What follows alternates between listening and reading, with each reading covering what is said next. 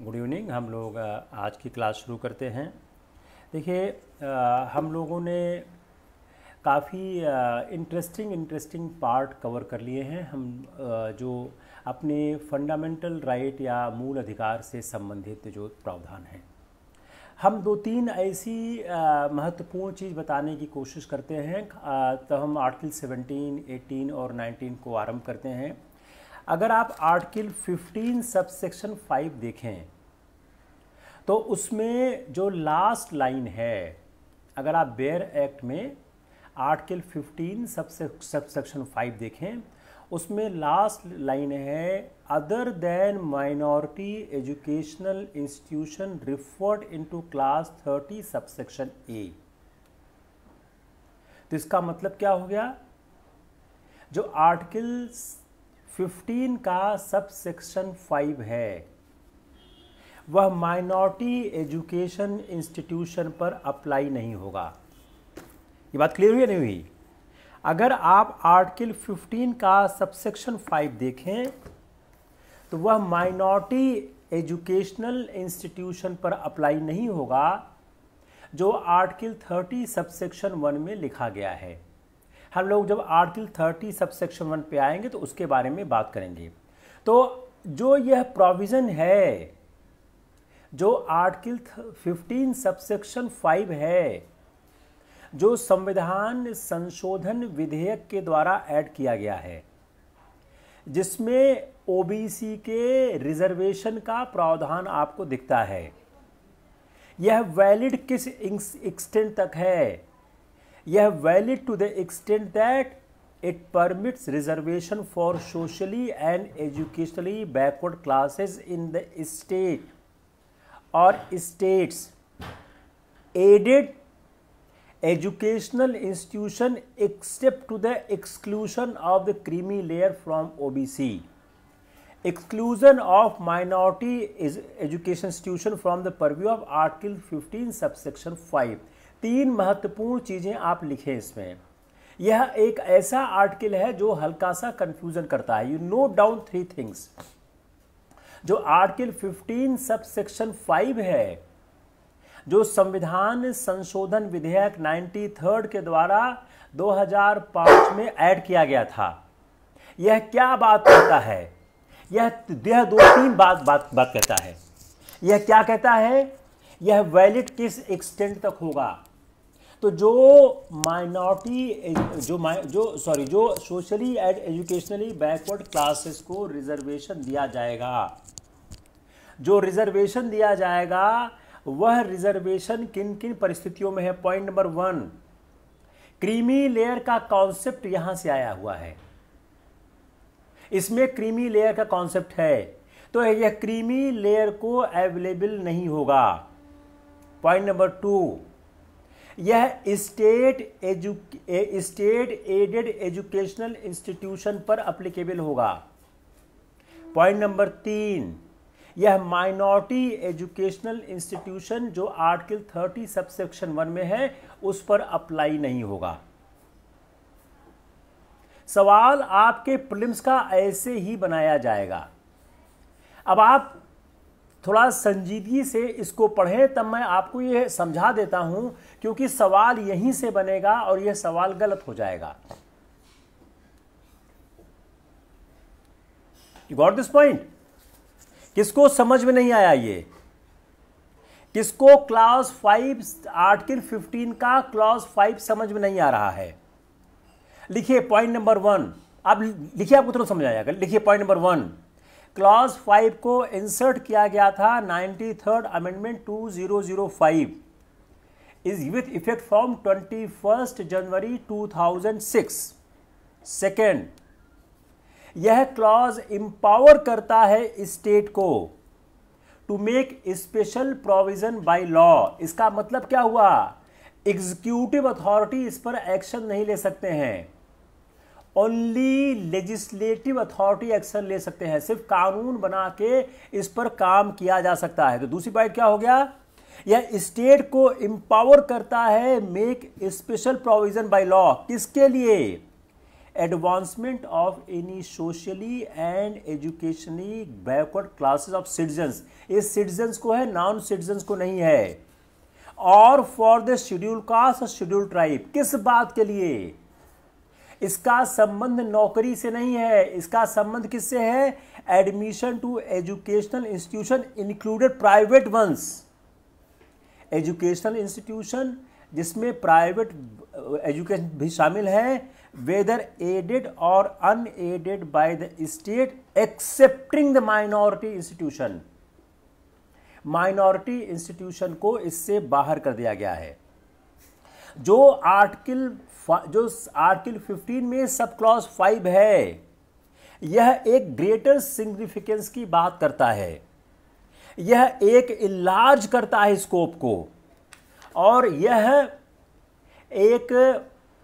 एक ऐसी बात कहता है कि जो रिजर्वेशन देता है सोशली और एजुकेशनली बैकवर्ड क्लासेस को इन स्टेट और state aided educational institutions subject to the exclusion of the creamy layer and minority educational institution. Hope it is clear. Purposely मैं सब क्लॉज 5 अलग से पढ़ाना चाहता था 15 का। इट्स क्लियर और नॉट क्लियर? किसको क्लियर नहीं हुआ?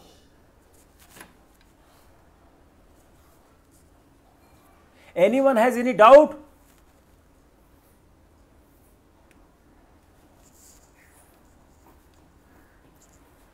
अब आप देखिए आर्टिकल 16(3). आर्टिकल 16(3) देखो, जहां जहां से प्रीलिम्स का सवाल बनता है कठिन, मैं उसको आपको समझाने की कोशिश कर रहा हूं। आर्टिकल 16(3), आर्टिकल 16(3) क्या है? आर्टिकल 16(3) पार्लियामेंट को यह पावर देता है।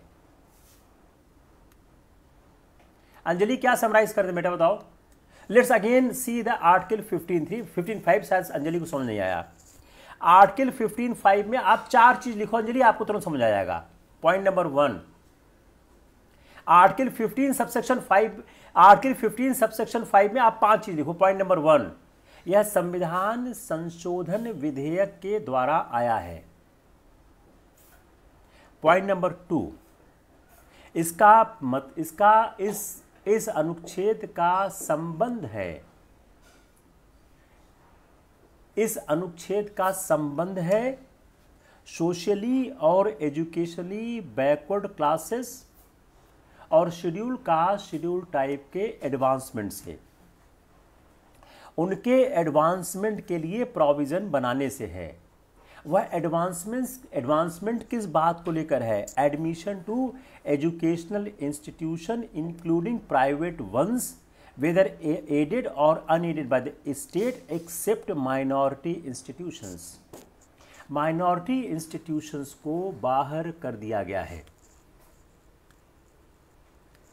अगर आप लाइन नंबर 4 पढ़ें, admission to educational institution included private educational institution whether aided और unaided by the state other than the minority education institution. तो एजुकेशन इंस्टीट्यूशन में रिजर्वेशन के लिए राज्य कानून बना सकता है। अगला पॉइंट, माइनॉरिटी एजुकेशन इंस्टीट्यूशन पे कानून बनाने का, रिजर्वेशन करने का कोई अधिकार इनके पास नहीं है। तो सबसे महत्वपूर्ण क्या है? आर्टिकल 15 सबसेक्शन 5 से माइनॉरिटी एजुकेशनल इंस्टीट्यूशन को बाहर किया गया है। राज्य कोई भी किसी भी एजुकेशनल इंस्टीट्यूशन में रिजर्वेशन को लेकर प्रावधान बनाएगा तो वह माइनॉरिटी एजुकेशनल इंस्टीट्यूशन पर अप्लाई नहीं होगा। Got it? It's clear? Now come and see the article 16 subsection 3। मैंने सब पढ़ाया हुआ है, मैं एक सवाल और आंसर के फेर में आ रहा हूं। 16(3), आर्टिकल 16(3) क्या बोलता है कि यह जो 16 में जो आर्टिकल 16 में equality of opportunity in public employment का इशू है, जो इक्वलिटी आपको आर्टिकल 15 सबसेक्शन 6 कहाँ से मिल गया? निशान शेखर सिंह, आपने बेयर एक्ट में कोई नया आर्टिकल लिख दिया क्या? अभी जो आर्टिकल 16 का सबसेक्शन 3 है, जो क्या कहता है कि nothing in this article shall prevail, मतलब क्या हो गया? जो यह पब्लिक एम्प्लॉयमेंट में इक्वल अपॉर्चुनिटी का सिद्धांत है, उसमें एक अपवाद आर्टिकल 16 सबसेक्शन 3 कहता है कि यह अनुच्छेद संसद को इस बात का अधिकार देती है कि एक क्लास ऑफ पीपुल के लिए उनके रेजिडेंस के आधार पर उनको अधिमानता या प्रेफरेंस दे सकता है। तो जो इक्वलिटी ऑफ अपॉर्चुनिटी का एक्सेप्शन क्या है? पहला, residence within the state may be laid down by parliament. अब यहाँ क्या करेंगे? आप कंफ्यूज करेंगे, lead down by the parliament, lead down bye the state legislature. Answer क्या हो गया? स्टेट लेजिस्लेचर के पास अधिकार नहीं है। स्टेट लेजिस्लेचर के पास अधिकार नहीं है, तो अधिकार किसके पास है? पार्लियामेंट के पास है।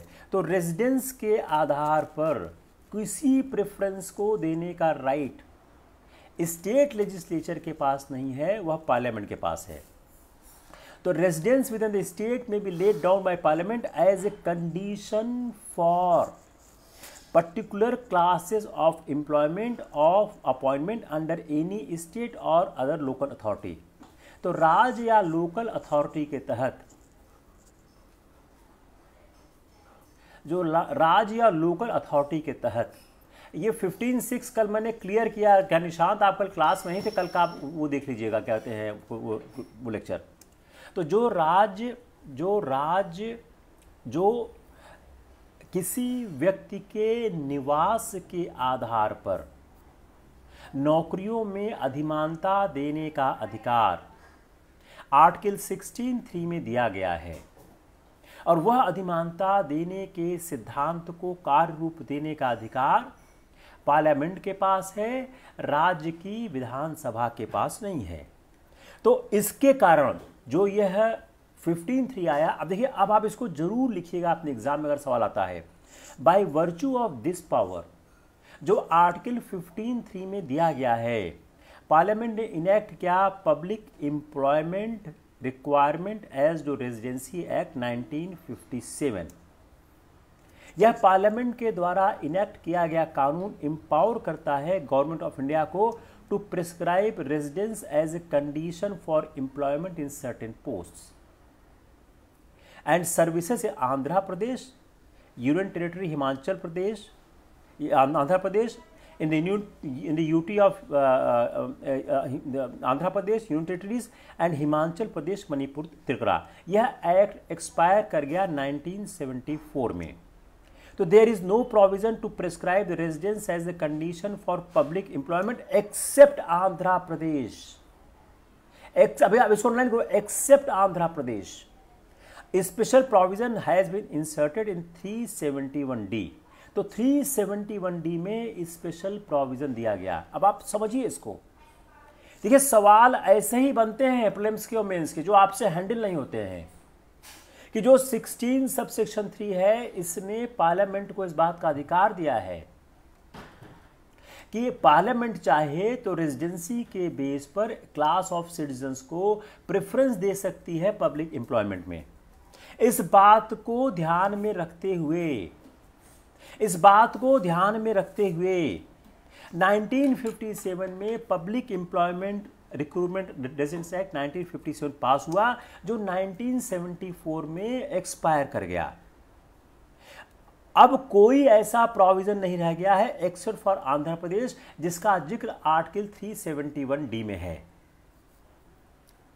दूसरा, जो आर्टिकल 16 सबसेक्शन 4 है, वो क्या बोलता है?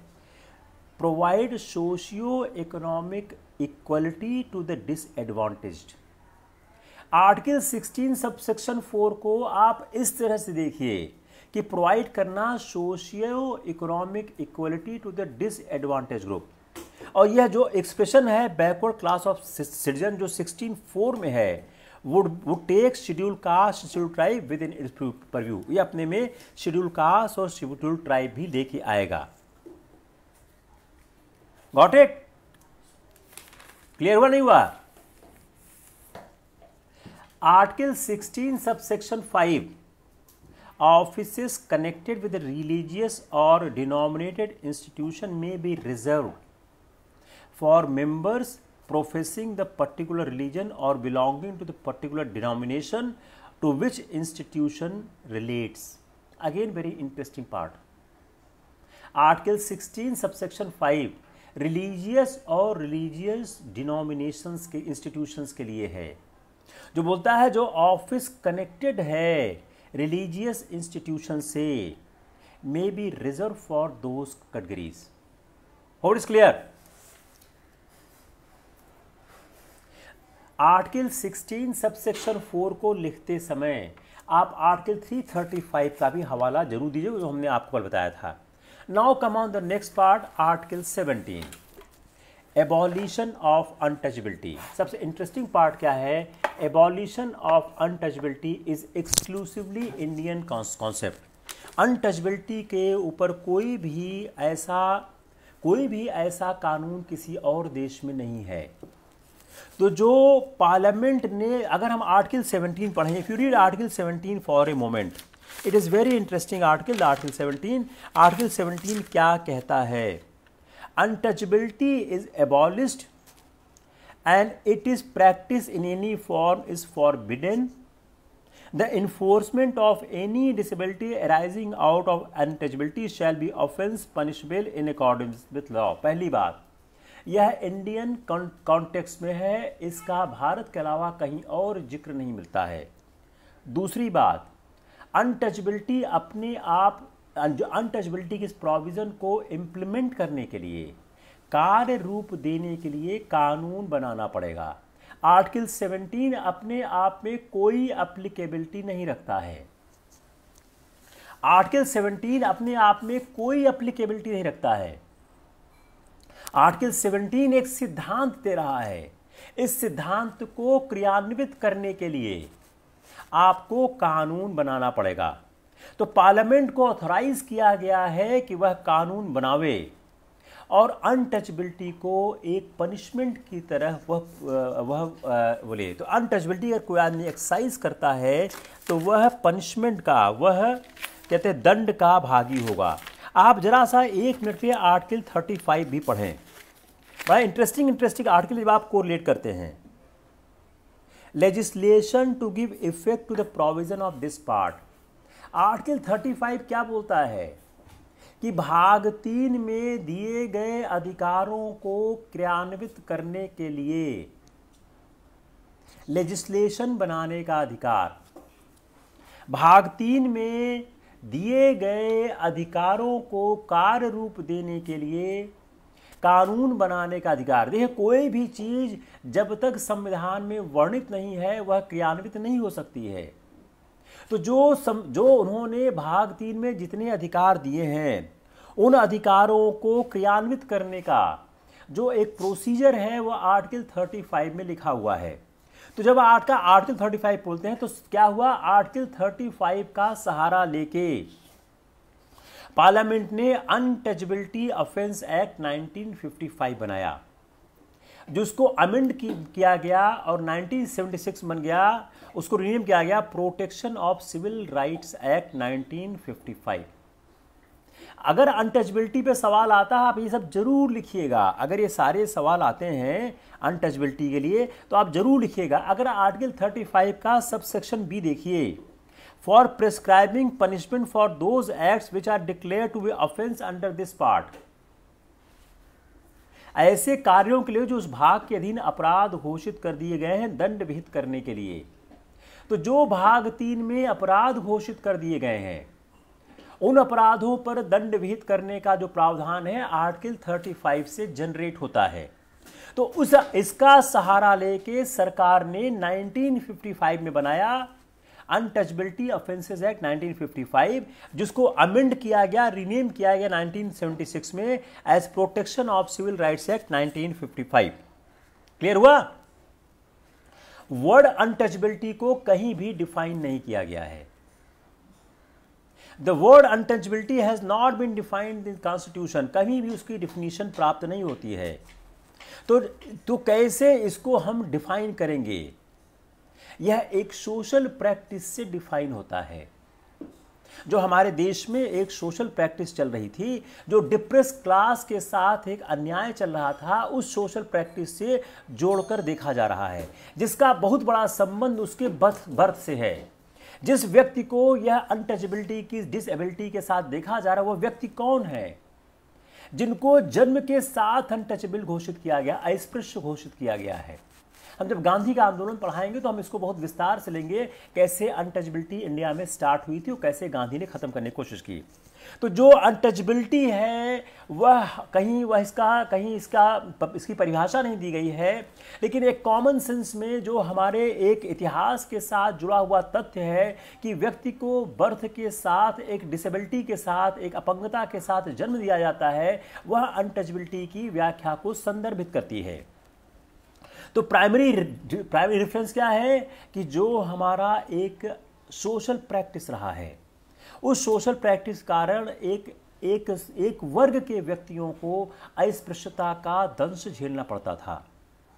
जो इसका प्रिस्क्रिप्शन है, अब देखिए इसका पनिशमेंट किस तरह से होगा। अब इसको आप 4-5 पॉइंट लिखें।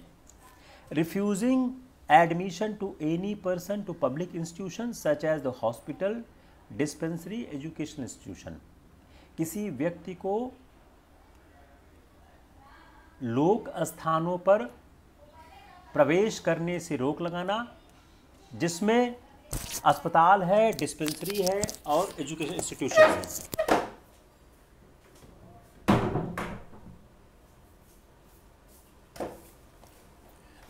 B, preventing any person from worshipping और offering prayers in any public places. व्यक्ति को सार्वजनिक जगहों पर पूजा पाठ करने से रोकना। C, subjecting any person to any disability with regard to access to any shop, public restaurant, hotel और पब्लिक इंटरटेनमेंट। किसी व्यक्ति को किसी पब्लिक रेस्टोरेंट से, होटल से, पब्लिक इंटरटेनमेंट से रोकना, और एनी रिजर्वायर, किसी पानी के सोते को, कुएं को, क्रिमेशन ग्राउंड को, उनसे दूर रखने की कोशिश करना। तो जो यह एक्ट है, जो 1976 का जो एक protection of civil right act बना है, यह जो एक्ट है यह ऑफेंस करता है अनटचबिलिटी को किस तरह से।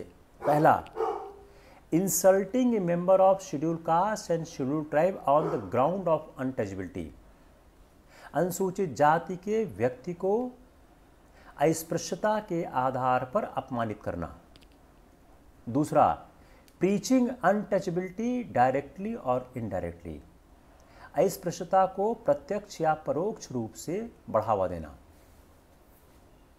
तीसरा, justifying untouchability on historical, philosophical और रिलीजियस ग्राउंड और on the ground of traditions of the caste system.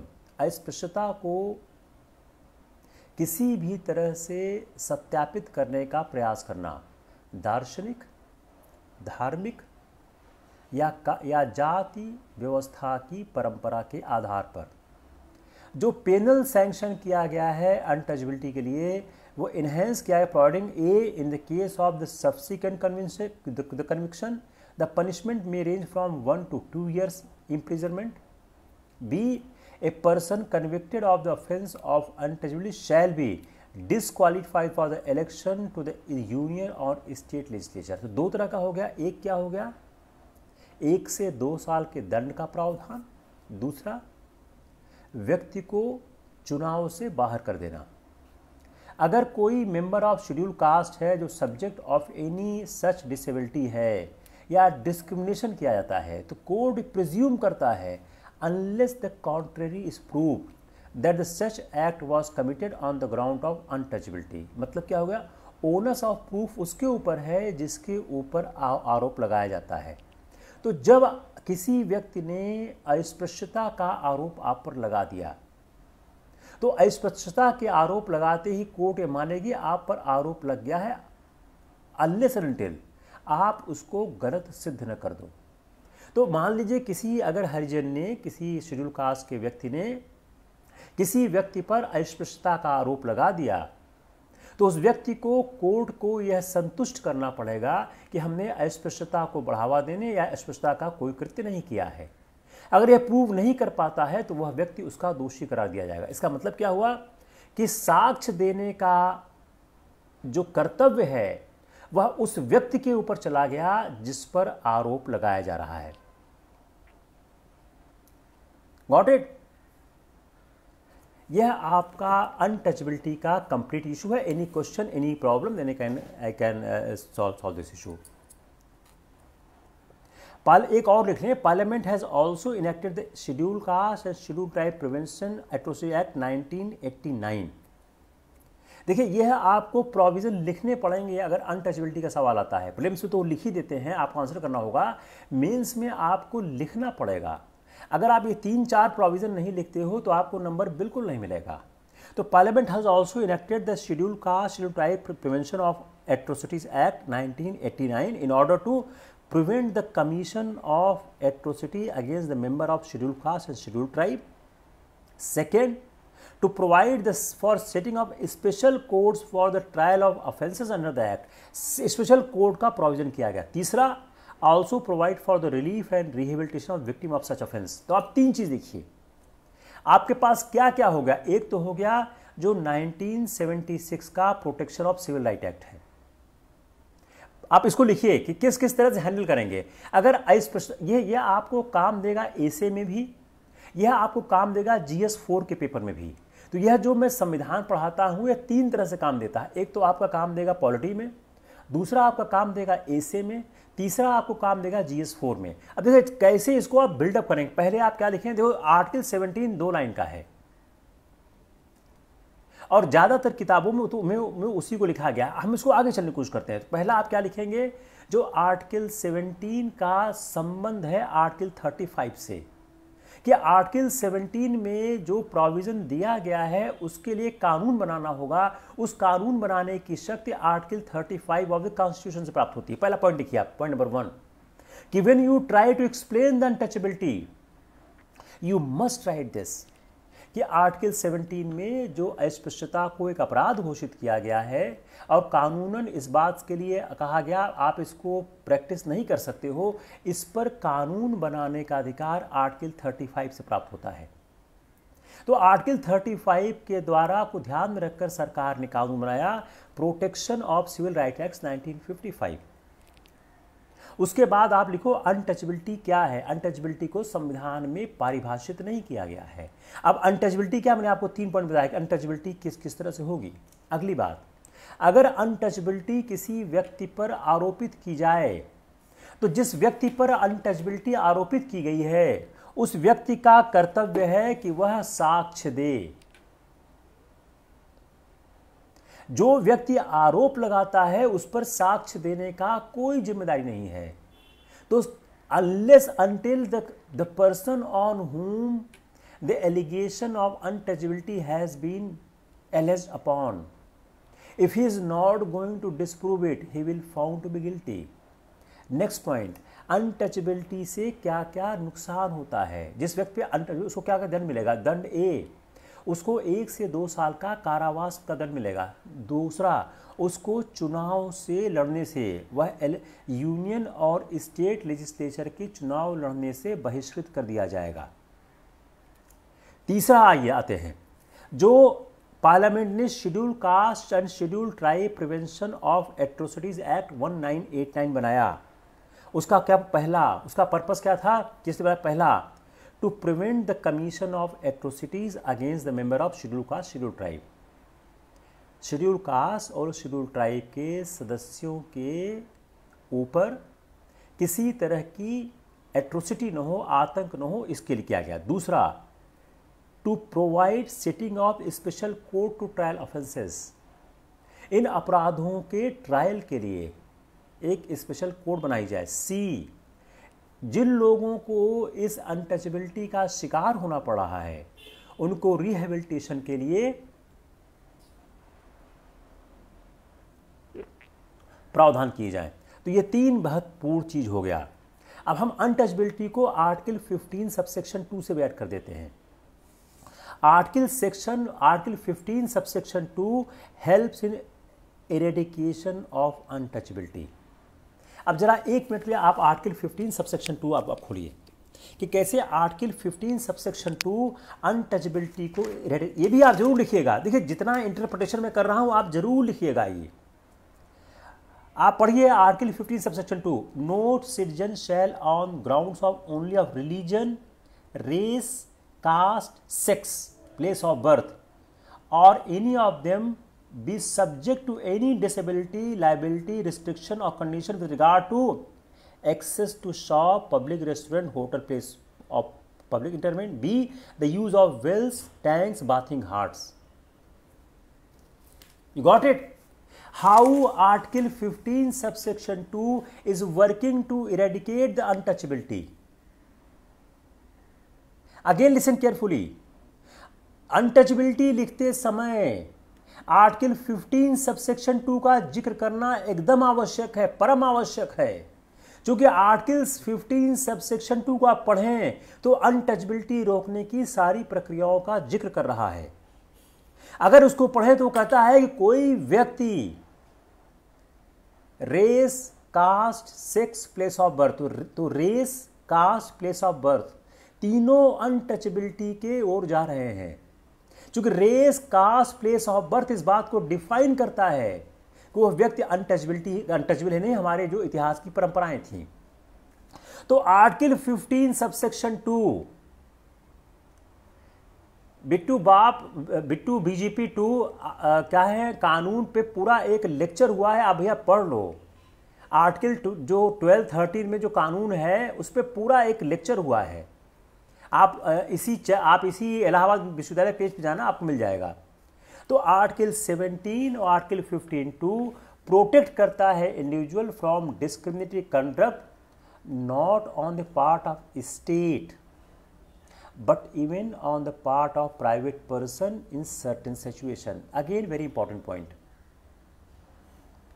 जो आर्टिकल 15 सबसेक्शन 2 है और आर्टिकल 17 है, यह दोनों क्या बोलते हैं, यह न केवल राज्य, प्राइवेट पर्सन को भी सर्टेन सिचुएशन पे यह बाध्य करते हैं और इंडिविजुअल के राइट को प्रोटेक्ट करते हैं। और state is under a constitutional obligation to see that there is no violation of fundamental right of such person. अगर आप देखें तो 14, आप इसको और लिखें, 14, 21, 23, 25 एंड 29। अब आप इसको भी लिखेंगे कि अनटचेबिलिटी को आर्टिकल 15 सबसेक्शन 2 ही नहीं, आर्टिकल 14, आर्टिकल 21, आर्टिकल 23, आर्टिकल 25 और आर्टिकल 29, हम उसका डिस्कस करेंगे बहुत डिटेल में, वह भी अनटचेबिलिटी को रोकने में हमारी मदद करती है। It is your untouchability. Any question is left then I can answer. कोई भी सवाल अनटचेबिलिटी पे आएगा, you will be able to answer, चाहे जहां आवे हो। I don't think any will be left here. Now come on the next part, abolition of the title. जो टाइटल का एबॉलिशन किया जाता है, तो अगर आप आर्टिकल 18 को पढ़ें तो वह क्या बोलता है कि no title not being a military और academic distinction shall be conferred by the state. इन्होंने टाइटल को खत्म कर दिया। तो आर्टिकल 18(1) प्रोहिबिट करता है state from conferring any title except military और एकेडमिक डिस्टिंक्शन। तो आप सिर्फ मिलिट्री और एकेडमिक डिस्टिंक्शन के अलावा कोई भी टाइटल नहीं दे सकते हैं। तो जो पुराने समय में राय बहादुर टाइटल दे के सरकार लोगों को सरकार एक समाज में वैमनस्य बनाती थी या विषमता बनाती थी, उसको रोकने की कोशिश हो गई। अब आर्टिकल जो 18(2) है, वो बोलता है कि कोई भी सिटीजन फॉरेन स्टेट से कोई टाइटल नहीं ले सकता है। इफ रीड आर्टिकल 18(2) तो वह इंडियन सिटीजन को प्रोहिबिट कर देता है from accepting any title from a foreign government. A foreigner holding any office of profit or trust under the state cannot accept any title from any foreign state without the consent of the president। 18(3) 18(3) बोलता है कि कोई भी person अगर कोई भी वो title लेना चाहता है तो उसे प्रेसिडेंट का कंसेंट लेना पड़ेगा। और आर्टिकल 18(4) बात करता है no person holding any office or trust in the state shall without the consent of president accept any present emolument or office. तो अब 3 और 4 में फर्क करिए। जो सबसेक्शन 3 है यह बात करता है कि कोई पर्सन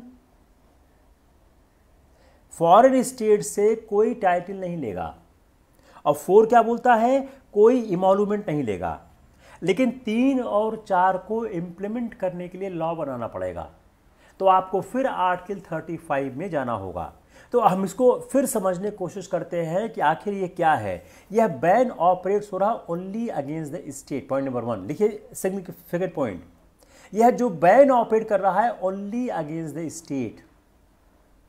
यह पब्लिक इंस्टीट्यूशंस को, जैसे यूनिवर्सिटीज़ हैं जो ऑनरी डिग्री जो ऑनरी टाइटल्स देते हैं, जो अपने लीडर्स को ऑनर करते हैं, उनको यह नहीं रोकता है। अगर आप इस सेक्शन की आर्टिकल पढ़ें तो आपको दिखेगा एक शब्द आ रहा है 18 के स्टार्टिंग में ही, लाइन नंबर 2 में, state, conferred by the state. मिल गया?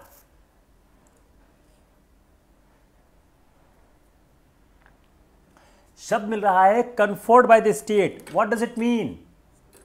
यह स्टेट के, देखिए यही सब फाइनल पॉइंट्स हैं जिस पे सवाल बनते हैं प्रीलिम्स के, आपसे गलत हो जाते हैं। वो लिख देंगे स्टेट टाइटल नहीं दे सकता है, बी कोई नहीं दे सकता है, सी यूनिवर्सिटी दे सकती है, डी अदर इंस्टीट्यूशंस दे सकते हैं। अगर आपको यह क्लियर नहीं होगा सवाल गलत हो जाएगा। मैं हर बार रिपीट करता हूं, उस तरह के सवाल पूछने का सिलसिला ख़त्म हो चुका है। ये जो आसान सवाल होते थे कि अनटचेबिलिटी किस सेक्शन में है, एबॉलिशन ऑफ पॉप कहते हैं टाइटल किस सेक्शन में है, अब वो सब दौर चला गया है। बड़े कॉन्सेप्चुअल और डीपर इंटरप्रिटेशंस के सवाल आते हैं। उसको करने का रास्ता यही है, जिस तरह से हम पढ़ाने की कोशिश कर रहे हैं इसी तरह से आप पढ़ेंगे तभी होगा, नहीं तो सिलेक्शन नहीं होगा। मैं एक बात हर बार रिपीट करता हूं अपनी क्लास में, अगर आप इस तरह का डीपर इंटरप्रिटेशन नहीं कर सकते हैं या इस तरह के डीपर इंटरप्रिटेशन में आपकी रुचि नहीं है, आप आईएएस एग्जाम मत दीजिए। आपके जो कंपटीटर्स हैं वो बहुत ज़्यादा स्ट्रांग हैं। मेरे पास हर साल जो नए लड़के हैं वो एकेडमी से ज्वाइन करते हैं, मेरे अंडर में काम करते हैं। मैं उनको हर साल पूछता हूँ आप क्या करते हो। जिस तरह वो लोग पढ़ाई करते हैं इलाहाबाद में कोई नहीं करता है, कोई नहीं करता है। वो लोग जितना डिटेलिंग में पढ़ते हैं, जितनी मेहनत करते हैं, कोई भी एस्पायरेंट नहीं मिला है जो 12-13 घंटा रोज में पढ़ता हो। सब पढ़ते हैं। इलाहाबाद में 2-3 घंटा तो शाम को चाय में चला जाता है, सुबह आप 8 बजे सो के उठते हो, तो सिलेक्शन कैसे होगा? नहीं हो सकता ना। क्योंकि आप ये देखो, कोई ये यूनिवर्सिटी का एग्ज़ाम तो है नहीं कि बीए पास करना है 33% में काम हो जाएगा, फर्स्ट क्लास पास करना है 60% में काम हो जाएगा। यहाँ तो 800 आदमी सिलेक्ट होंगे, 7-8 लाख में से 800 आदमी सिलेक्ट होंगे। वो 800 कौन है यह रोज फिक्स होता है। तो पहली बात क्या हो गया, ये बैन ऑपरेट करता है against state. It does not prevent other public institution such as universities जो टाइटल को कन्फर करती हैं, लेकिन स्टेट को डिबार नहीं किया गया है फ्रॉम अवॉर्डिंग मिलिट्री और academic titles. The next important point, पहला पॉइंट क्या हो गया, यह स्टेट को डिबार कर रहा है, पब्लिक इंस्टीट्यूशंस को नहीं कर रहा है। दूसरा पॉइंट क्या हो गया, यह स्टेट को मिलिट्री और एकेडमिक टाइटल्स देने से डिबार नहीं कर रहा है। अब 1954 में सरकार ने शुरू किया भारत रत्न, पद्म भूषण, पद्मश्री। तो क्या यह काम ठीक किया गया है? क्या इस तरह की टाइटल्स को देना आर्टिकल 18 के खिलाफ है या नहीं है?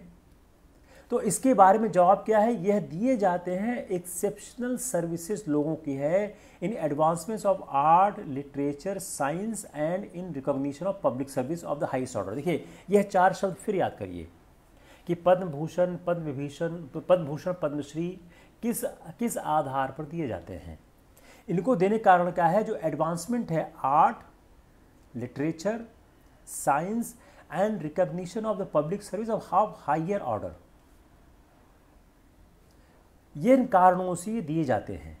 तो जो एक सवाल उठता है कि आर्टिकल 18 में जो पद्मश्री, पद्म भूषण दिया गया है, यह आर्टिकल 18 का वायोलेशन है या नहीं है। जो लोग इस बात को क्रिटिसाइज करते हैं, जो लोग इस बात का विरोध करते हैं, उनका ये कहना है यह डेकोरेशन किया जा रहा है सर्टेन क्लास ऑफ पीपुल के लिए, और यह सुपीरियर और इन्फीरियर के बीच का एक डिवीज़न इस्टेब्लिश किया जा रहा है, और कोई ज़रूरत नहीं है कि इस तरह के अवार्ड को दी जाने की। दूसरा, इसका एक क्रिटिसिज्म ये है कि यह लेजिटिमेट कर रहा है कि there is no sanction either constitution or against a recipient of any decoration appending to its name thus using it as title. तो अंदर क्रिटिसिज्म है which seems to be legitimate, जो ठीक लगती है, is that there is no sanction either in the constitution or in any existing law against a recipient of any such decoration appending to his name and thus using as a title। कहीं प्रावधान नहीं है कि इसको आप अपने नाम के आगे पीछे नहीं जोड़ सकते हैं। यह मैटर सुप्रीम कोर्ट में गया और सुप्रीम कोर्ट ने हेल्ड किया that non military award by way of recognition of made of extraordinary work are not titles of nobility and hence do not violate article 14 और 18। तो यह बात सुप्रीम कोर्ट ने अंतिम रूप से कह दी, और उन्होंने सुप्रीम कोर्ट ने भी कहा provided they are not use as title और प्रीफिक्स और suffix to the name of the awardee. तो जो संविधान में यह समस्या थी कि संविधान में या कानून में यह प्रावधान नहीं था, उसको सुप्रीम कोर्ट ने क्लियर कर दिया। तो एक सवाल का क्या बन गया कि क्या पद्मा अवार्ड आर्टिकल 18 का वायलेशन करते हैं या नहीं करते हैं।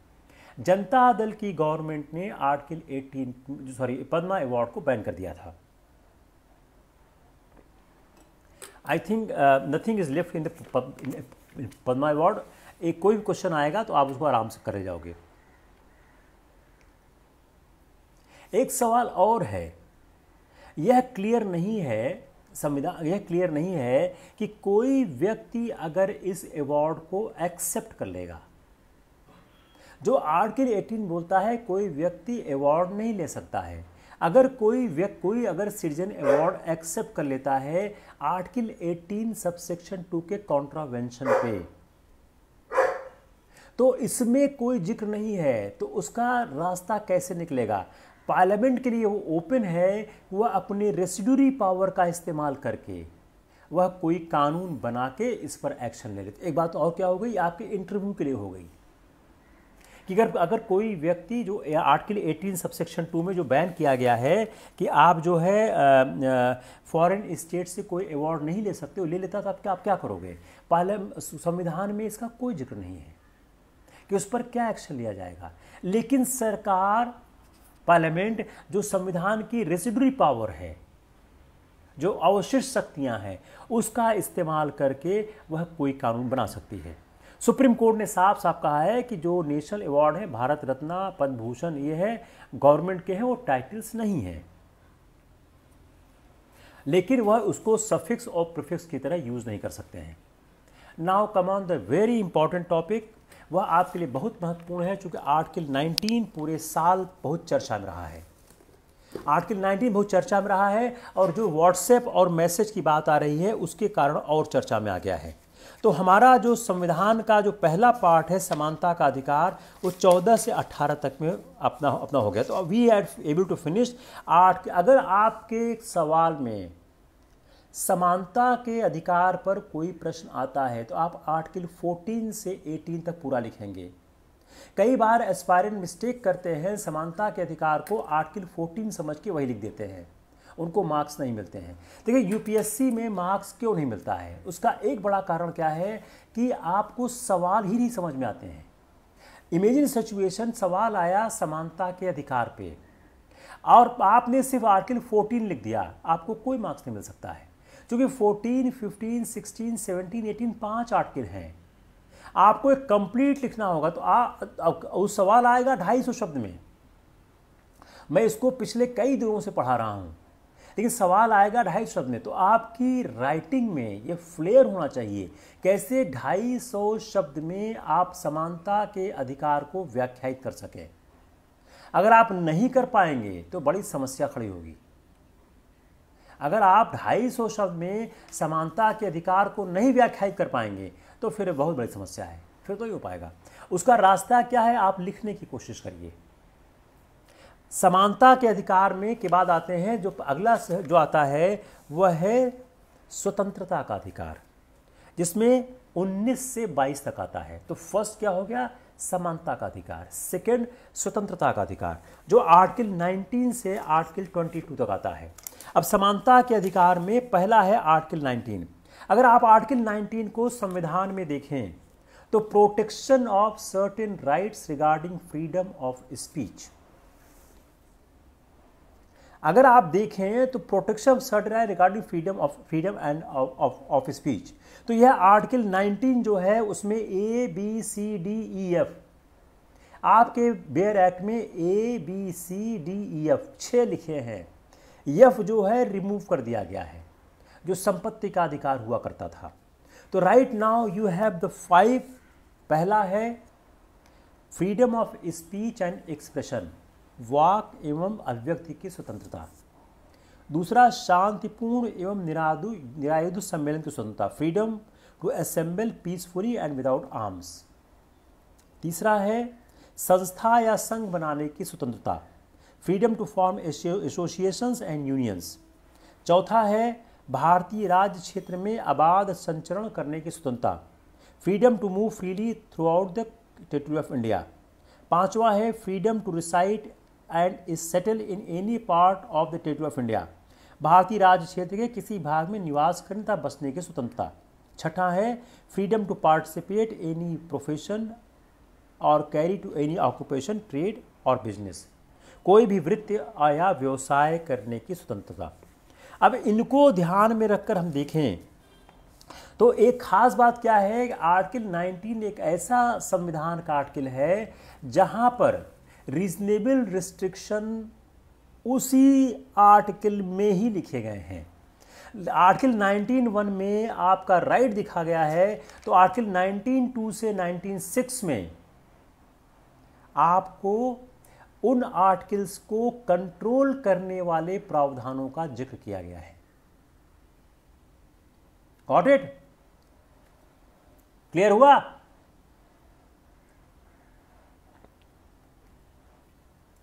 कि अगर आर्टिकल 19(1) में उन्होंने आपके अधिकारों का जिक्र किया है, तो आर्टिकल 19(2) से 19(6) में उन अधिकारों को कंट्रोल करने का जिक्र किया गया है।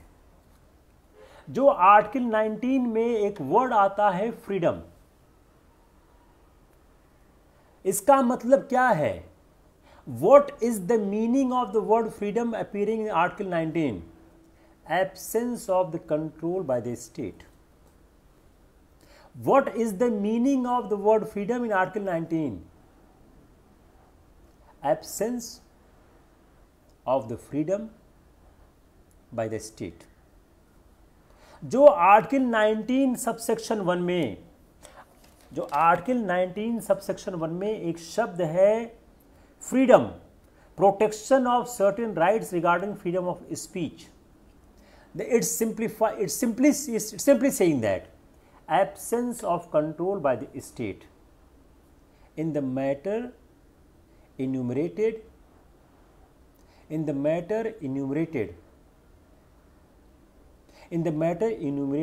Article 19(1), but citizen has the liberty to choose subject only to the restriction in Article 19(2) to 19(6). लेकिन उसके रिस्ट्रिक्शन का प्रावधान है आर्टिकल 19(2) से 19(6) में। आर्टिकल 19(1) में 6 फ्रीडम उन्होंने स्पेसिफाई किया है। 6 freedom: speech and expression, peaceable assembly, शांतिपूर्ण एकत्रित होना, association, free movement, residence, practicing any profession and carrying on any business. These are the 6 freedom identified in the Constitution under Article 19(1). यह जो 6 freedom हैं, they are not necessary only to promote certain basic rights of the citizen, but they are demonstrating certain democratic values and the oneness and unity of the country. These 6 freedom elaborated in Article 19 subsection 1 are not only promoting a certain basic rights, they are not only promoting the certain basic rights of the citizens, but they are the democratic values. They are for the oneness of the country and they are for the unity of the country. When you try to express this provision, you do not confine yourself only about the right given to the individual. You try to travel on the another path. What is the path? It is for oneness of the country. It is for the unity of the country. They are the certain basic values of the society. इस line को आप फिर लिखिएगा। It's clear, not clear? You not only consider the right given under Article 19(1) as the right given to the individual. It is not only the right for the certain basic rights of the citizens. It has certain democratic values and the oneness and unity of the country. यह एक democratic values की बात करते हैं और देश की एकता की बात करते हैं। देश की एकता को सुरक्षित रखने वाले प्रावधान है ये। यह व्यक्ति के अधिकारों तक ही सीमित नहीं है, यह देश की एकता को, देश की अखंडता को, देश के लोकतांत्रिक मूल्यों को सुरक्षित करने वाले अधिकार है। यह जो आर्टिकल 19 गारंटी क्या करता है? Some of the basic value and natural rights inherent in the person. जब तक उस बेसिक वैल्यूड और inherent right of the person का रिस्पेक्ट नहीं होगा, राष्ट्र नहीं बन सकता। यह संविधान का 19 राष्ट्र को बनाने वाला प्रावधान है, राष्ट्र को एक रखने वाला प्रावधान है, राष्ट्र के लोगों की अस्मिता को संरक्षित रखने वाला प्रावधान है। तो जो एक लिस्टिंग की गई है आर्टिकल ए टू जी तक में कुछ व्यक्तियों के मूल अधिकारों की, उन व्यक्तियों के मूल अधिकारों पर जो रिस्ट्रिक्शन की बात है वह आर्टिकल 2 से 6 तक चल रहा। तो एक कॉमन थ्रेड है, अधिकार भी है, कर्तव्य भी है, अधिकार भी है, उत्तरदायित्व भी है, अधिकार भी है, नियंत्रण भी है। तो अपने आप में यह एक संपूर्ण प्रावधान की बात करता है। तो आर्टिकल 19 जो 7 अधिकारों को अपने आप में समाहित किया है, उसमें एक अधिकार 1978 में डिलीट कर दिया गया। तो freedom to hold and acquire property was deleted in 1978। अब स्टेट कैन नॉट, अब जब कभी, सबसे इंटरेस्टिंग पार्ट क्या है, जब भी आर्टिकल 19(1) में दिए गए अधिकारों पर राज्य कोई निर्बंधन लगाना चाहे तो उसको आर्टिकल 19(2) से 6 तक में लिखे गए प्रावधानों को ध्यान में रखना होगा, उसके बियॉन्ड नहीं आ सकता है वो।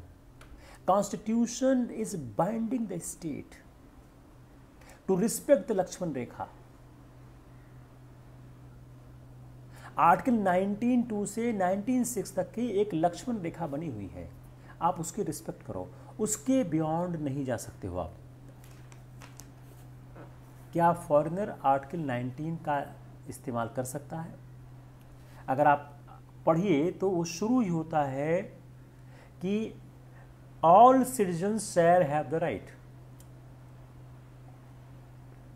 इसका मतलब क्या हो गया? यह राइट नॉन सिटीजन्स को या फॉरेनर्स को अवेलेबल नहीं है, लेकिन फॉरेनर्स अपने राइट को प्राप्त कर सकता है आर्टिकल 21 के तहत। क्योंकि आर्टिकल 21 वह सिटीजन नॉन सिटीजन दोनों को मिलता है। तो आर्टिकल 19 के दिए गए किसी अधिकार पर अगर किसी फॉरेनर को दावा करना है तो वह आर्टिकल 21 में जाए, आर्टिकल 19 उसकी हेल्प नहीं करेगा। इसलिए एक फॉरेनर यह क्लेम नहीं कर सकता कि इसके पास राइट है to reside and settle in the India. Foreigner does not have the right to reside and settle in India because article 19 is prohibiting this. अब आर्टिकल 19(2) से 19(6) क्या बात करते हैं? ए सिग्निफिकेंट कैरेक्टरिस्टिक है आर्टिकल 19(2) से 19(6) तक। 4-5 पॉइंट आप जरा लिखिए, 3 पॉइंट आपको थोड़ा सा अच्छा लगेगा। पहली बात क्या है? जो रिस्ट्रिक्शन है can be impose only by or under the authority of the law. Article 19(2) से 19(6) के में जो दिए गए रिस्ट्रिक्शन हैं, they can only by authority of the law. What does it mean? Executive has no authority. कानून बना के ही आप कुछ कर सकते हो, आप किसी सरकारी आदेश से नहीं कर सकते हो। दूसरा, रिस्ट्रिक्शन मस्ट बी रीजनेबल। तीसरा, restriction must be related to the person to purpose mention in article 19(2) to 19(6). ये 3 महत्वपूर्ण चीजें हैं कि रिस्ट्रिक्शन जो आप लगाओ वो आर्टिकल 19(2) से 19(6) के बीच जो लिखा गया है उसके पर्पस से कोई संबंध रखता है। इसलिए अगर रीजनेबल रिस्ट्रिक्शन नहीं होगा और जो क्लॉज में पर्पस है उससे संबंध नहीं होगा तो वह वैलिड नहीं हो पाएगा। अब एक क्वेश्चन उठता है, whether the right claim is a fundamental right. जो इसको हम और इनलार्ज करते हैं कि जो रिस्ट्रिक्शन 19(2) से 19(6) में है, आर्टिकल 6 में, इस रिस्ट्रिक्शन का कैसे डिसीजन होगा? पहली बात, जो भी लिमिटेशन इंपोज की जाए फ्रीडम पे वह आर्बिट्रेरी न हो और एक्सेसिव न हो। दूसरी बात, जो रिस्ट्रिक्शन लगाई जाए वह एक प्रॉपर बैलेंस बनाए बिटवीन जो फ्रीडम गारंटी किया गया है और जो सोशल कंट्रोल आप करने की कोशिश कर रहे हो 19(2) से 19(6) के बीच। तो एक सिद्धांत आया है प्रिंसिपल ऑफ प्रोपोर्शनिटी। एक प्रिंसिपल ऑफ प्रोपोर्शनिटी होनी चाहिए कि आप जो रिस्ट्रिक्शन लगाओ वो प्रोपोर्शन में हो, वह आपके अधिकार और आपके सोशल कंट्रोल के बीच एक बैलेंस की स्थापना कर सके। अगर डिसप्रोपोर्शनेट होगा तो आप नहीं कर पाओगे। बर्डन किसके ऊपर है? रिस्ट्रिक्शन जो लगाया गया वो रीजनेबल है कि नहीं, ये बर्डन किसके ऊपर है? यह बर्डन स्टेट के ऊपर है। स्टेट यह प्रूव करे कि रिस्ट्रिक्शन जो लगाया गया है वह रीजनेबल है या रीजनेबल नहीं है। Directive principles of state policies are also relevant in considering whether a restriction of the fundamental right is reasonable or not. It's very important point. Fundamental right पर कोई रिस्ट्रिक्शन लगाते समय जो directive principle of state policy है, directive principle of state policy का consideration भी बहुत ज़्यादा महत्वपूर्ण है।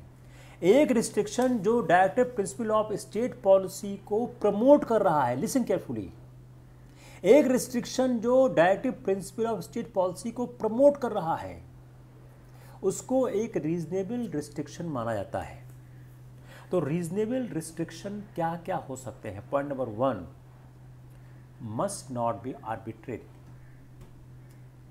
Point number 2, there must be a reasonable nexus or reasonable connection between the restriction imposed and the object sought to be achieved. Got it?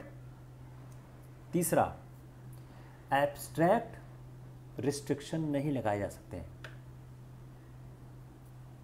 Court इस बात को ध्यान में रखे कि सोसाइटी के कॉम्प्लेक्स इशू कैसे एक बैलेंस की स्थापना करते हैं। कोर्ट इस बात को एग्जामिन करे कि जो सोशल कंट्रोल इनवाइसेज है आर्टिकल 19 में वह कैसे फंडामेंटल राइट से साम्य की स्थापना करते हैं। जो भी रीजनेबलनेस का एग्जामिनेशन हो वह सब्सटेंटिव और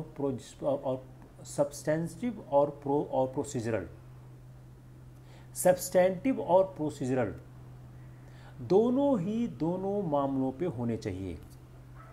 और जब भी इस बात का फैसला हो तो directive principles of state policies को भी कंसीडर किया जाना चाहिए। तो किसी कानून के ऊपर लगाए गए रिस्ट्रिक्शन को कैसे एग्जामिन किया जाएगा? पॉइंट नंबर 1, वह आर्बिट्रेरी न हो। पॉइंट नंबर 2, जो आप रिस्ट्रिक्शन लगा रहे हो उसका एक डायरेक्ट नेक्सस हो, एक रीजनेबल कनेक्शन हो between restriction imposed and object sought to be achieved. तीसरा, कोर्ट इस बात को देखे जो कॉम्प्लेक्स इंडियन सिचुएशन है वह कैसे अधिकार और रिस्ट्रिक्शन के बीच साम्यता को स्थापित करती है। कोर्ट इस बात को एग्जामिन करे कि फंडामेंटल राइट कैसे इफेक्चुएट हो सकता है उस रिस्ट्रिक्शन को समझने के बावजूद। इसको प्रोसीजरल और सब्सटेंटिव दोनों पर टेस्ट किया जाना चाहिए। और हमेशा जब आप किसी भी रिस्ट्रिक्शन को देखें तो directive principle of state policy को प्रमोट करने के सिद्धांत को समझने की कोशिश करें। अगर दिखता है कि कोई लॉ है जो ऐसा दिख रहा है कि यह इन्फ्रिंज कर रहा है right guaranteed bye article 19(1)(a)(2)(g), the law will be invalid unless it can be brought under the protective provisions of article 19(2) to 19(6). Listen again. अगर कोई ऐसा कानून बनता है जो यह दिख रहा है कि यह फंडामेंटल राइट जो 19(1) के ए से जी तक में दिया गया है उसको इन्फ्रिंज कर रहा है, उसका अपहरण कर रहा है, तो यह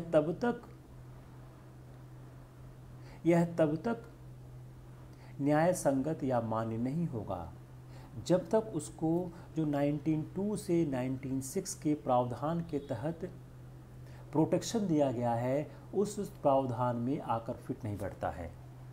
तो इसको हम और आसान भाषा में कहते हैं कि फंडामेंटल राइट को कमज़ोर करने वाला कोई भी कानून अगर 19(2) से 19(6) में लिखे गए प्रावधानों को संदर्भित नहीं कर पाता है तो वह अमान्य घोषित किया जाएगा। क्लियर हुआ? इट्स क्लियर और नॉट क्लियर?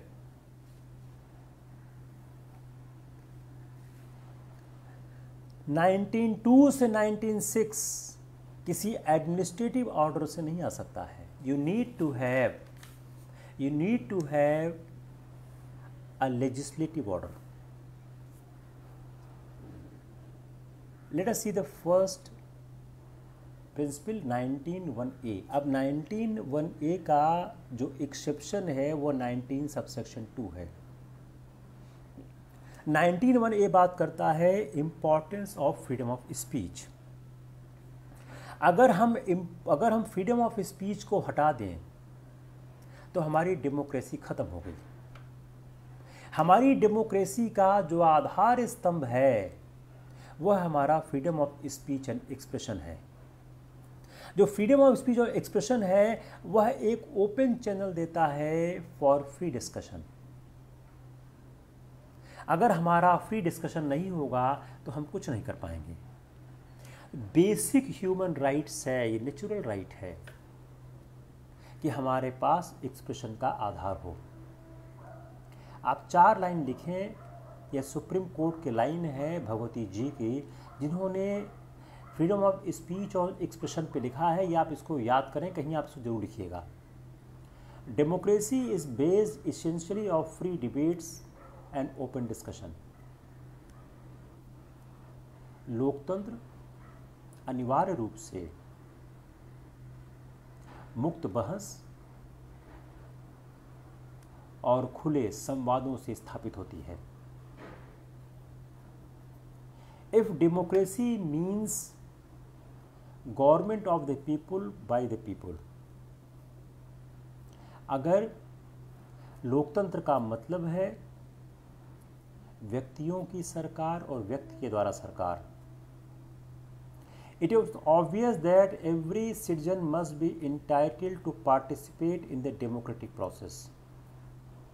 तो निश्चित रूप से यह स्पष्ट दिखता है कि हर नागरिक को यह अधिकार मिले कि वह लोकतांत्रिक प्रक्रियाओं में सम्मिलित हो सके। And in order to enable him to intelligently exercise his right of making a choice, free and general discussion of public matters is absolutely essential। व्यक्ति अपने इस अधिकार का युक्ति संगत प्रयोग कर सके, इसके लिए आवश्यक है कि लोकहित के मामलों में वह मुक्त और स्वतंत्र संवाद की स्थापना कर सके। ये भगवती न्यायाधीश भगवती ने मेनका गांधी के केस में यह उन्होंने कहने की कोशिश की है कि फ्रीडम ऑफ स्पीच और एक्सप्रेशन क्या है। अगर सवाल आता है, देखिए ये सब ऐसी लाइनें हैं जो अंतिम सत्य के रूप में है। जो सुप्रीम कोर्ट ने कह दिया वो अंतिम सत्य है, वह लॉ ऑफ लैंड है। तो यह अगर सवाल आता है फ्रीडम स्पीच एक्सप्रेशन क्या है, आप इसको जरूर याद कर लीजिएगा। अब हम अगर इसको यूएस के कॉन्स्टिट्यूशन से देखें तो जो फ्रीडम ऑफ स्पीच है वह first amendment of US constitution से गारंटी की गई थी। और यूएस कॉन्स्टिट्यूशन में जब इसको लाया गया तो एक शब्द कहा गया, ट्रुथ विल अल्टीमेटली प्रिवेल। जो फर्स्ट अमेंडमेंट लाया गया जिसमें यूएस कॉन्स्टिट्यूशन में फ्रीडम ऑफ स्पीच की बात कही गई, कहा गया the truth will ultimately prevail. तो आर्टिकल 19(1) को अगर यूएस कॉन्स्टिट्यूशन से देखें तो यूएस कॉन्स्टिट्यूशन में बात है, ये भारत में बात है। तो 19(1) जो फ्रीडम ऑफ स्पीच और एक्सप्रेशन की बात करता है वह क्या बात करता है कि 19(1) गारंटी करता है all citizens to freedom of expression, special speech and expression. लेकिन अंडर आर्टिकल 19(2) में there is a reasonable restriction. तो article 19 subsection 1 not falling within the 4 corner of the 1920 canon any law, जो article 19(1)(a) को रोकने के लिए बनाया जाए, अगर वह आर्टिकल 19(2) के दिए गए प्रावधानों से संदर्भित नहीं हो पाता है तो वह वैलिड नहीं होगा। क्लियर हो गया? Right to express ones view and opinion at any issue through any medium. Medium क्या है? Word of mouth, writing, painting, picture, film, movie, किसी भी तरह से वह अपने आप को एक्सप्रेस कर सकता है। Let's see what is the US constitution is saying. आपके क्या सिलेबस में एक चैप्टर है यूएस के कंपैरेटिव कॉन्स्टिट्यूशन, तो अपने को और देशों के कॉन्स्टिट्यूशन पढ़ने पड़ते हैं। अगर हम यूएस कॉन्स्टिट्यूशन को देखें, जो आर्टिकल 19(1) है, मेनका गांधी के केस, मैं फिर बोलता देता हूं, डेमोक्रेसी, पहले इंग्लिश कर देते हैं फिर हिंदी कर देते हैं। Democracy is based essentially on free debate and open discussion. For that is the only corrective of government action in democratic setup. If democracy means government of the people, by the people, it is obvious that every citizen must be entitled to participate in the democratic process.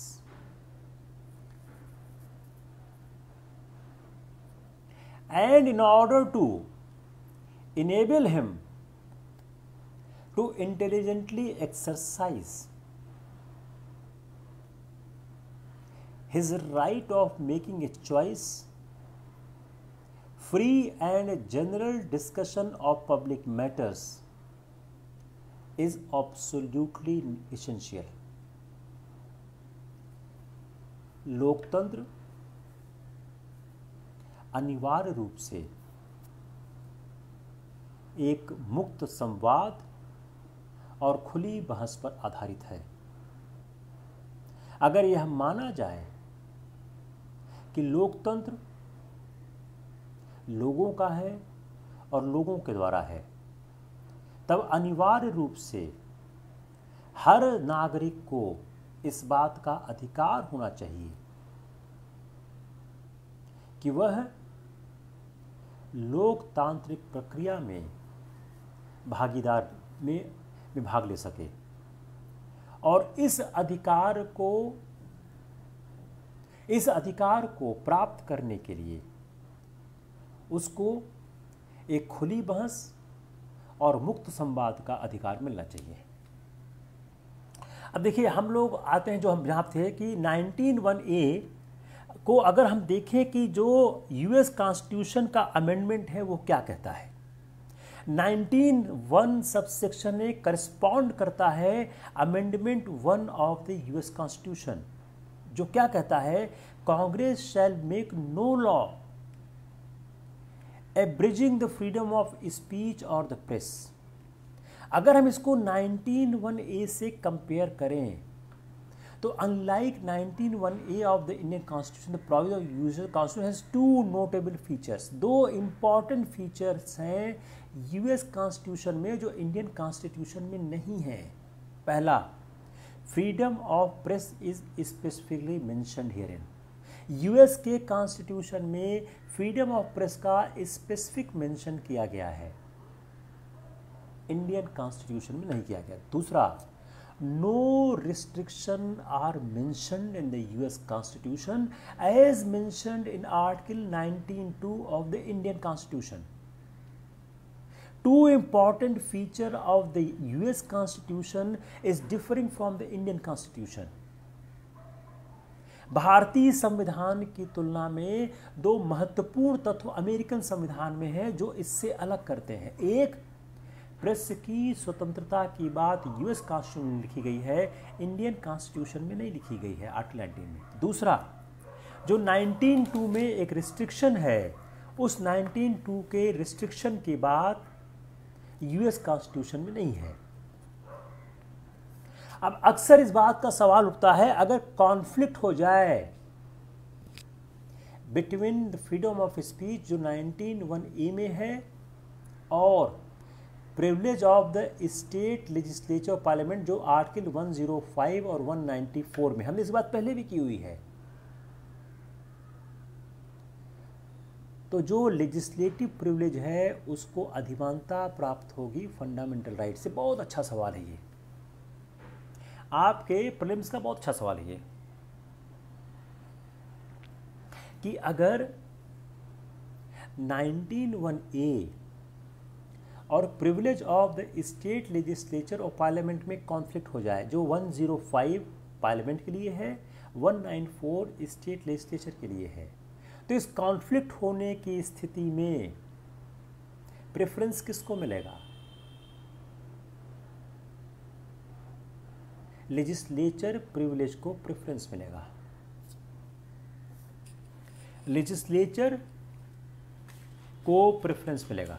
I think it's enough for the day because already we cross the 75 minute. More than 75 minute class जिस तरह से चलती है, बड़ी intense class है, ठीक नहीं है। तो will start the class tomorrow from here where I am living right now. मैं आपसे कहूँगा कि आप इस लेक्चर को दोबारा फिर सुनें। एक बार में इतने इंटेंस लेक्चर, इतने फैक्चुअल लेक्चर क्लियर नहीं होते हैं, और majority of the aspirant of Allahabad इस नई तरह से पढ़ाई पहली बार कर रहे हैं। पहले उन्होंने नहीं किया होगा, चाहे वो विश्वविद्यालय में पढ़े हों या वो किसी कोचिंग में पढ़े हों, इस तरह से नहीं पढ़ा होगा। तो उनके लिए यह बहुत ही अलग तरह की पढ़ाई है, बहुत इंटेंस पढ़ाई है, बहुत एनालिटिकल पढ़ाई है। इसके लिए ज़रूरी है कि आप इस लेक्चर को दोबारा फिर से सुनें, अपना नोट्स जरूर बनावें। क्या है बहुत से सोर्सेस का इस्तेमाल करता हूं मैं, बहुत से सोर्सेस का इस्तेमाल करता हूं, इसलिए आपको ये एक जगह नहीं मिलेगा। 4-4, 5-5 किताबें मुझे इस्तेमाल करनी पड़ती हैं इस लेक्चर को बनाने के लिए। और इस किसी भी मेरे लेक्चर को बनाने के पहले जितने भी प्रीलिम्स, मेंस, इंटरव्यू के संभावित सवाल हैं सब आ जाते हैं। आप कोई भी परीक्षा होने दीजिए, आपको सवाल निश्चित रूप से मिलेंगे। इस बात की संभावना बहुत कम है कि अपने लेक्चर से बाहर सवाल मिलेगा, जरूर मिलेगा आपको। हम लोग कोशिश कर रहे हैं, मैं बार बार रिपीट करता हूं, आपको इंस्पायर करने के लिए, आपको और उद्बोधन देने के लिए कि जो इलाहाबाद की एक ग्लोरी थी उसको हम लोग वापस लाना चाहते हैं। हम लोग पूरी कोशिश कर रहे हैं कैसे ग्लोरी वापस आवे। जितना बेहतर से बेहतर लेक्चर पॉसिबल है हम लोग देने की कोशिश कर रहे हैं। अब आपके ऊपर है, आप भी मेहनत करें, आप भी कोशिश करें। संभवतः जून के दूसरे सप्ताह में या तीसरे में इलाहाबाद आऊँगा तो जरूर मैं आप लोगों से मुलाकात करूँगा। इसको हम लोग दूसरे लेवल पर ले चलने की कोशिश करते हैं, क्योंकि एक आसान तरीके से यह परीक्षा पास नहीं की जा सकती है।